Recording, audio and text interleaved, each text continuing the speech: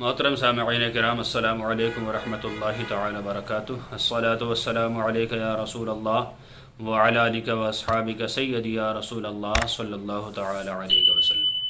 سوال آیا ہے کہ حضرت قبر کے اندر اپنے مرشد کا شجرہ رکھنا یا عہد نامہ رکھنا یہ کیسا ہے؟ دیکھیے حضرات، کسی بھی مسلمان سنی صحیح العقیدہ انسان کی قبر میں اس کے پیر صاحب کا، مرشد کا شجرہ رکھنا یا عہد نامہ رکھنا دونوں بالکل جائز ہیں۔ رکھنے کا طریقہ یہ ہونا چاہیے کہ جس طرح مردے کو ہم لٹاتے ہیں قبر میں تو اس کا منہ قبلہ کی جانب ہوتا ہے، تو منہ کے سامنے جو دیوار ہے اس میں ایک طاق سی بنا دی جائے اور اس طاق میں آرام سے رکھ دیا جائے، اور اس کے بہت سارے فائدے احادیث میں مذکور ہیں، کتاب مذکور ہیں، لہٰذا اس کا رکھنا بالکل جائز و درست ہے۔